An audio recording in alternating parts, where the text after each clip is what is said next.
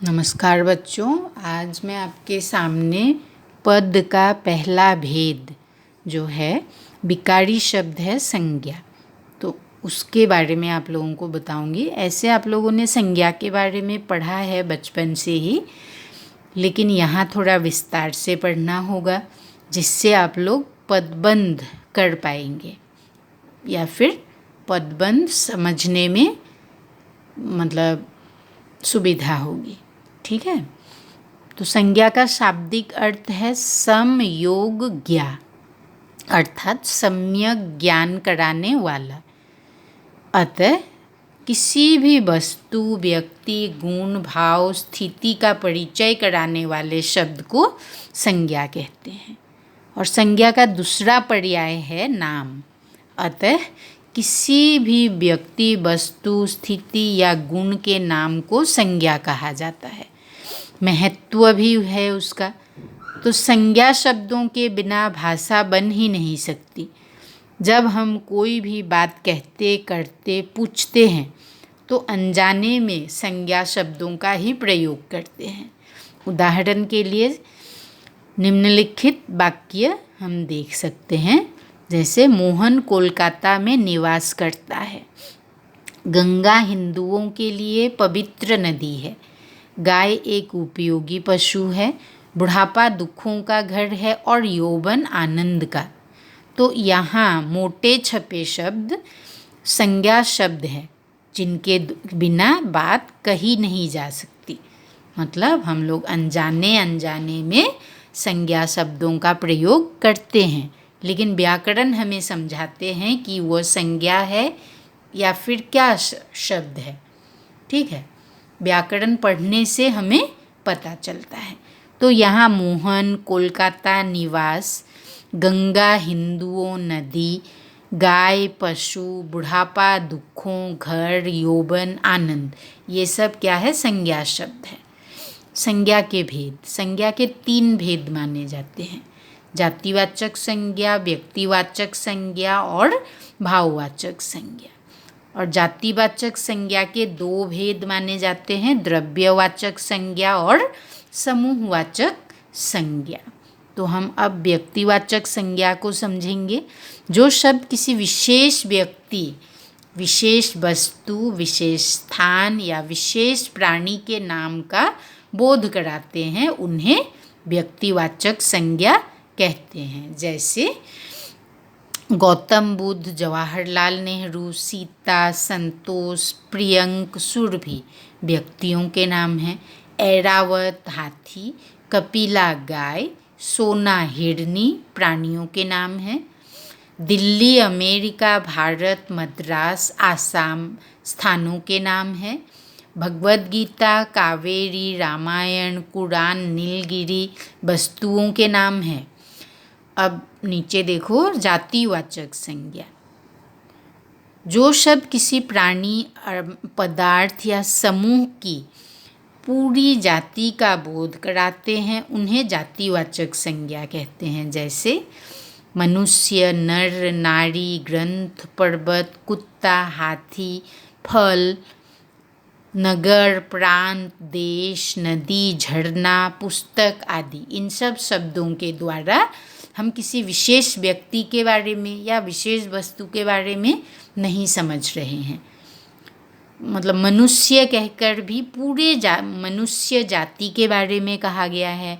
नर मतलब नर जाति के बारे में कहा गया है, नारी जाति के बारे में कहा गया है। तो यहाँ जितने भी शब्द हैं सभी पूरे जाति का बोध करा रहे हैं। ये सब शब्द पूरी जाति के परिचायक है, मतलब परिचय कराते हैं। किन्हीं एक मनुष्य, एक नर, एक ग्रंथ या एक प्रांत आदि के नहीं।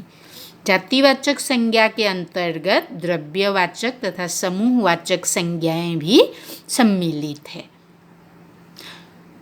तो द्रव्यवाचक किसी पदार्थ या द्रव्य का बोध कराने वाले शब्दों को द्रव्यवाचक कहते हैं। उदाहरण के स्वरूप सोना, चांदी, ऊन, लकड़ी, तांबा आदि। फिर समूहवाचक संज्ञा, जिस शब्द से किसी समूह या समुदाय का ज्ञान होता है, जैसे सेना, कक्षा, परिवार, झुंड, भीड़, जुलूस आदि। तो इन सब में समूह में रहते हैं सब लोग, तो इसको कहते हैं समूहवाचक। इन्हें समूहवाचक संज्ञा का उदाहरण माना जाता है। अब भाववाचक संज्ञा।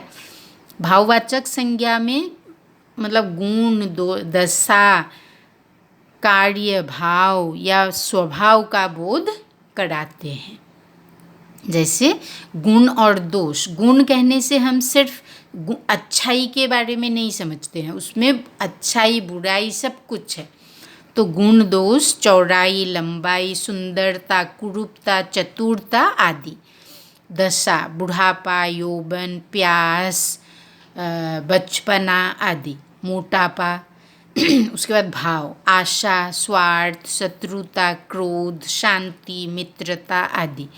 कार्य सहायता, प्रशंसा, सलाह आदि।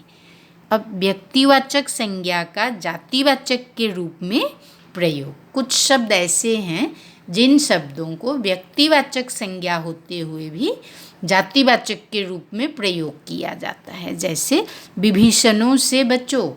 विभीषण राम का और रावण का भाई है, लेकिन वह घर का भेदी था, इसीलिए उसे घर भेदियों के रूप में माना जाता है। और जो भी वैसे स्वभाव वाले लोग होते हैं उसे विभीषण कहा जाता है। अब फिर जयचंदों के कारण देश पराधीन हुआ। जयचंद गद्दार था, देशद्रोही था, इसीलिए सभी देशद्रोहियों को जयचंद के रूप में माना जाता है, मतलब जयचंद कहा जाता है। लेकिन ऐसे जयचंद व्यक्तिवाचक संज्ञा है, लेकिन जातिवाचक के रूप में उसका प्रयोग होता है। नेताजी के बलिदान से धरती पर अनेक सुभाष पैदा हो गए। तो इसमें भी नेताजी ने बलिदान दिया था, इसीलिए क्या हुआ, सुभाष को, उनके नाम को जातिवाचक संज्ञा के रूप में प्रयोग किया जाता है। अब यहाँ विभीषण, जयचंद और सुभाष क्रमशः घर भेदियों, गद्दारों तथा क्रांतिकारियों के लिए प्रयुक्त किया गया है। अब जातिवाचक संज्ञा का व्यक्तिवाचक रूप में प्रयोग। कई बार जातिवाचक संज्ञा का प्रयोग किसी व्यक्ति विशेष के लिए होने लगता है। उदाहरण स्वरूप उन दिनों पंडित जी देश के प्रधानमंत्री थे। यहाँ देखो, पंडित जी। महात्मा जी ने अहिंसात्मक आंदोलन का पक्ष लिया, मतलब असहयोग आंदोलन का, जिसमें कोई हिंसा न हो। शास्त्री जी भारत के यशस्वी प्रधानमंत्री थे।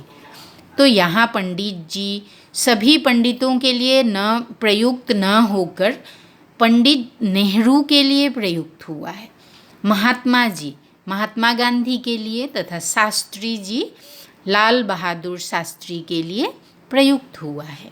ठीक है बच्चों, आप लोग समझिए और पढ़िए, वीडियो को सुनिए और चैनल को सब्सक्राइब कर दीजिए।